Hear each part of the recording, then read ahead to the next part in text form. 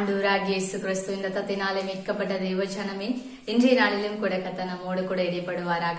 இன்றைக்கும் கர்த்தர் நம்மோடு கூட பேசுகிற வார்த்தை சங்கீதம் 20வது அதிகாரம் 7வது வசனம். சிலர் ரதங்களை குறித்தும் சிலர் குதிரைகளை குறித்தும் மேன்மை பாராட்டுகிறார்கள்.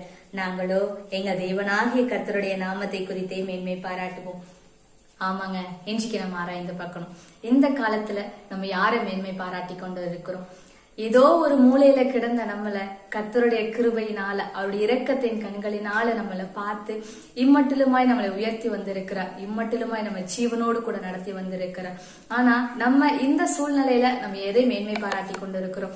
நம்முடைய படிப்புகளையா, நம்முடைய தாளந்துகளையா, இல்ல என்னோட பெரு நான் தான் அப்படின்னு நம்ம பெருமை பாராட்டி கொண்டு இருக்கிறோமா? இல்ல நமக்கு ஜீவனை கொடுத்த தேவனை நம்ம மேன்மை பாராட்டி கொண்டு இருக்கிறோமா? இன்றைக்கு நாமளே ஆராய்ந்து பார்க்கணுங்க.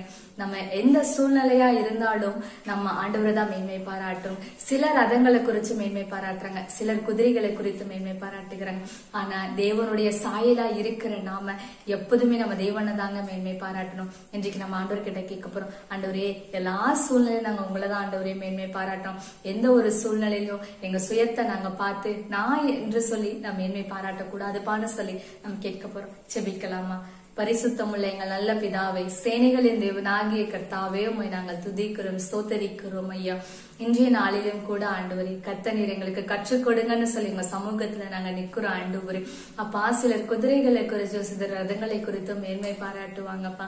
ஆனா நாங்க உங்க சாயல் ஆண்டவரே, உங்க பிள்ளைகளா இருக்கிற நாங்க எப்போதுமே அப்பா இயேசு கிறிஸ்துவை மட்டுமே நாங்கள் மேன்மை பாராட்ட கர்த்தர் நீர் எங்களுக்கு கற்றுக் கொடுங்க. அது எந்த சூழ்நிலையா இருந்தாலும் தேவனுடைய நாமத்தை குறித்தே நாங்கள் மேன்மை பாராட்ட எங்களை ஒப்பு கொடுக்கிற ஆண்டவரே, கற்றுக் கொடுங்க ஆண்டவரே. நீர் பொறுப்படுங்க, வழி நடத்துங்க. இதை கேட்கிற ஒவ்வொரு பிள்ளைகளுக்கும் நீர் கற்றுக் கொடுத்து நடத்துங்க.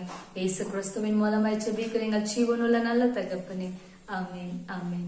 God bless you. God bless you.